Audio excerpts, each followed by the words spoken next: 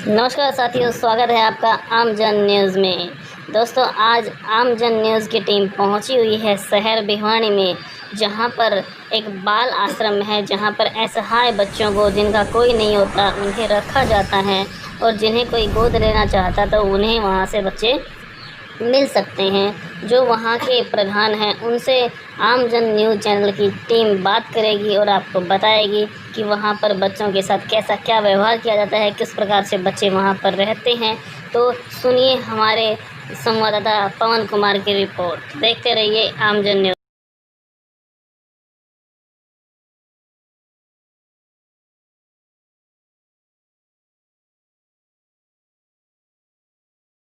Sir, आपका आमजन news में स्वागत है। सबसे पहले दर्शकों को अपनी ओर से राम राम कर दीजिए। राम राम जी। सर, हमें ये बताइए, आप यहाँ के अध्यक्ष हो बाल आश्रम के, कितने बच्चे हैं यहाँ पर? यहाँ पर कुल 46 बच्चे हैं सर। 19 लड़के और 27 लड़कियाँ। 19 लड़के 27 लड़कियाँ। उम्र कितनी उम्र से लगभग स्टार्ट है यहाँ पर? कम से कम उम्र कितनी? 6 से लेकर 18 वर्ष के बीच के बच्चे रहते हैं हमारे यहाँ। 6 से लेकर 18 वर्ष के बीच के बच्चे रहते हैं। हाँ जी। सर, यहाँ पर साफ़ सफाई की, खाने पीने की सही तरीके से व्यवस्था है दोनों समय की, सुबह शाम की? हाँ जी। हाँ, हमारे यहाँ जो है हमारा आश्रम संस्था जो है वो 120 साल पुरानी है और यहाँ सारी चीज़ें सुव्यवस्थित हैं और हमारे यहाँ पर्याप्त हर काम के लिए पर्याप्त कर्मचारी हैं। जो सरकारी मापदंड है, हम सरकार से वैसे कोई सहायता नहीं लेते, लेकिन सारे सरकारी मापदंडों का पालन करते हैं। और हमारी संस्था जो है सोसाइटी एक्ट और जे एक्ट दोनों में से रजिस्टर्ड है, रजिस्टर्ड आश्रम है। 1998 से ही आपकी रजिस्टर्ड है दोनों में, या उसके बाद रजिस्टर्ड हुई है? आप बता रहे हो काफ़ी पुरानी, 1898 कह रहे हैं, 19 से नहीं, 1898। उस समय कोई रजिस्ट्रेशन का प्राविधान नहीं था। ये रजिस्ट्रेशन के प्राविधान तो बाद में बने हैं। सोसाइटी एक्ट में रजिस्ट्रेशन 1908 से है और जे एक्ट का रजिस्ट्रेशन तो अभी 10-12 साल पहले से शुरू ही हुआ है। जब से शुरू हुआ है तब से इसका जे एक्ट में रजिस्ट्रेशन है। कर्मचारी कितने हैं सर अभी फिलहाल इसमें? काम कितने कर्मचारी कर रहे हैं? लगभग जो है हमारे यहाँ 23 कर्मचारी हैं। कुछ जो है उसमें से 2-4 जो है 3-4 तो पार्ट टाइम है, बाकी फुल टाइम कर्मचारी हैं। कुछ कर्मचारी हमारे 24 घंटा भी रहते हैं यहाँ। जो सर, हम बात की जाए भोजन की, तो भोजन की कैसी क्या व्यवस्था है यहाँ पर बच्चों के लिए? भोजन के लिए हमारा जो है भोजन के लिए एक निश्चित क्या है, साप्ताहिक जो एक डाइट चार्ट होता है, जो उसमें समय के अनुसार उसमें या मौसम के अनुसार, उपलब्धता के अनुसार उसमें कुछ परिवर्तन भी होता है। वैसे हमारे यहाँ चाय भोजन जो है प्रातः 7 बजे जो है सुबह उठ कर चाय दिया जाती है, 7 बजे नाश्ता, दोपहर में 2 बजे दिन का भोजन, फिर शाम को 4-5 बजे फल, शाम को 7 बजे रात्रि का भोजन और रात को 8-8:30 बजे दूध की व्यवस्था है। आप ये कह रहे हो सुबह 7 बजे नाश्ता करा दिया जाता है इनको? सुबह 7 बजे इसलिए कराते हैं कि उसके बाद बच्चों का भी को स्कूल भी, कुछ बच्चे हमारे बाहर भी जाते हैं तो स्कूल भी कर लगभग जो तो नाश्ते में क्या देते हो आप? नाश्ते में अलग अलग दिन का जो है अलग अलग वो चार्ट होता है। जैसे कि किसी दिन दही पराठा, किसी दिन दही आलू की सब्ज़ी, किसी दिन जो है ब्रेड पकौड़े, किसी दिन जो है वो ब्रेड दूध, जैसा जो है अपना जो मेनू और उसके उपलब्धता, जैसा जिस उपलब्धता के अनुसार उसमें थोड़ा बहुत जो है वो परिवर्तन करते हैं। मतलब यहाँ बच्चों को किसी तरह की कोई दिक्कत न कोई परेशानी नहीं है?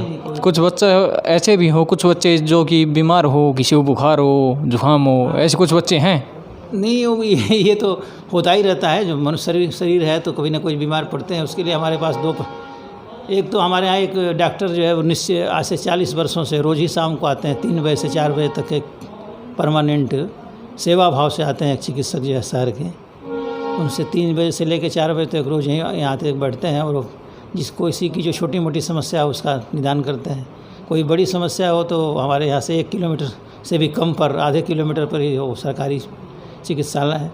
तो इमरजेंसी में या सामान्य स्थिति में ही, बड़ी स्थिति में फिर दिन में वहाँ दिखाते हैं और जब कोई इमरजेंसी आती है तो किसी समय जो है वो यहाँ से वो जो है वो सिविल। सर, आप ये कह रहे थे कुछ बच्चे हमारे यहाँ से बाहर भी पढ़ने जाते हैं, वो सरकारी स्कूल में जाते हैं, प्राइवेट स्कूल में? नहीं, वो सब तरह के स्कूलों में जाते हैं। जो वैसे जैसे बच्चे का लेवल या बच्चे की आवश्यकता होती है तो हम सरकारी में भी भेजते हैं, किसी को प्राइवेट में भी भेजते हैं। ये कोई हमारा ऐसा रिजिड नहीं है कि हम सरकारी में ही भेजेंगे या प्राइवेट में भी भेजेंगे, ऐसा कोई बात नहीं है। और प्राइवेट में आते हैं तो कुछ प्राइवेट स्कूल वाले हमसे फीस लेते भी हैं, कुछ नहीं भी लेते हैं, ऐसे भी हैं। ये भी तो अलग अलग स्कूलों की अलग अलग व्यवस्था होती है। सर अगर बात की जाए आज की समय की, तो आज के समय खेलों का बहुत अधिक महत्व हो गया है। बच्चे खेलों में बहुत अच्छा नाम कमा रहे हैं, चाहे वो अपने माता पिता के हो, चाहे वो स्कूल की हो, चाहे किसी संस्था की हो, चाहे वो बाल आश्रम की हो। आपने ये संस्था के कुछ बच्चे खेलों में भी भाग ले रहे हैं, पार्टिसिपेट कर रहे हैं खेलों में? नहीं, अब ऐसा है, पहले हमारे कुछ बच्चे, जो बच्चों की संख्या ज़्यादा हुआ करती थी, क्योंकि आश्रम बहुत पुराना हुआ, तो एक समय ऐसा भी था जहाँ उस समय 600 से ऊपर बच्चे हमारे यहाँ हुआ करते थे। अच्छा। और धीरे धीरे बच्चों की संख्या इसलिए घटती गई है कि अभी सरकार का ऐसा रूल है कि पहले तो पूरे उत्तर भारत में ही आश्रम था, अभी जो है लगभग सरकार का प्रयास ये है कि हर ज़िले में बच्चों के लिए व्यवस्था हो। सरकार कोशिश ये करती है कि जो बच्चा जिस ज़िले का हो या जिस राज्य का है उसको वहीं जो है भेजा जाए। तो इसलिए बच्चों की संख्या धीरे धीरे, क्योंकि सिर्फ भिवानी ज़िले से कितने बच्चे आएंगे, तो कम होती गई। वह बीच में हमारे पास 10-12 ही लड़के रह गए थे, और उसमें भी सामान्य कुछ बच्चे सामान्य होते हैं, कुछ जो है गूंगे बहरे भी हैं, कुछ जो है वो डीम एंड डम भी हैं। तो जब बच्चे की संख्या ज़्यादा थी, ऐसे 10-12 साल पहले तक, तो हमारे बच्चे कुछ राष्ट्रीय स्तर तक भी गए हैं। अच्छा। और अभी तो ऐसा कोई बच्चा नहीं हो जो इतना ऊंचा स्तर का हो, लेकिन तो 1-2 बच्चे ऐसे हैं जो स्टेडियम में जो है वो जाते हैं क्रिकेट वगैरह खेलने के लिए। बाकी अगर कोई बच्चा खेलना चाहता है, उसकी प्रतिभा है, तो हम उसके लिए व्यवस्था करते हैं, हमारे तरफ से कोई इस पर रोक नहीं है। सर आगे बात की जाए, हम काफ़ी परिवार ऐसे देखते हैं जिनमें बच्चे नहीं होते, और कुछ लोगों की ऐसी ललक होती है कि वो भाई बाल आश्रम से या कहीं से बच्चे हैं वो गोद ले लें, कहीं से अपनी संस्था से भी कोई व्यक्ति लेके गया बच्चे को गोद, या आप बच्चे को देते भी हो या नहीं? नहीं, ऐसा है, ये ऐसे 10-12 साल पहले तक ये व्यवस्था थी कि हम आश्रम से बच्चों को गोद दे सकते थे। अभी यह कोई भी आश्रम या संस्था गोद देने के लिए अथराइज नहीं है, और कोई भी व्यक्ति किसी बच्चे को सीधे गोद नहीं ले सकता। अगर वो अपने परिवार के व्यक्ति से भी किसी को लेता है तो उसके लिए 3 साल की सज़ा का प्राविधान है। ये गोद लेने के लिए भी सरकार ने एक राष्ट्रीय दत्तक एजेंसी बना रखी है।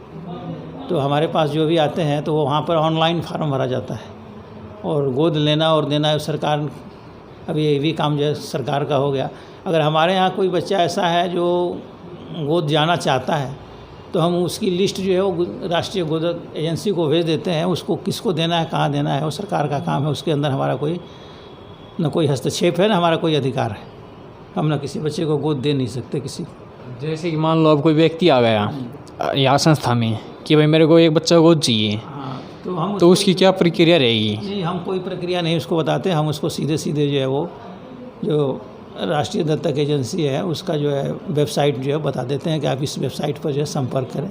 उसकी वेबसाइट जो है का नाम है kara.nic.in। हम उसको, जो भी व्यक्ति हमसे पूछता करता है, हम उसको उस एजेंसी का जो है वो वेबसाइट बता देते हैं कि आप वहीं से संपर्क करिए। हमारे पास समय नुकसान करने से कोई फ़ायदा नहीं। सर मैं आपको एक बात और बता देता हूँ, जो हमारा ये चैनल है ना आमजन न्यूज़, इसकी हमने 1.5 साल पहले एक NGO बनाई थी आमजन के नाम से। वो NGO बेसहाय लोगों की, स्वास्थ्य की, शिक्षा की, जो बेसहारा बच्चे हैं उन्हें काफ़ी मदद कर रही है।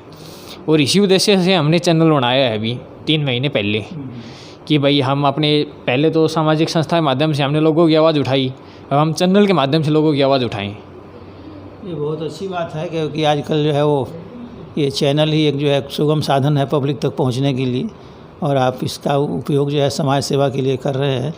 ये बहुत अच्छी बात है, और हमारी तरफ से आपके इस काम के लिए शुभकामनाएं और धन्यवाद।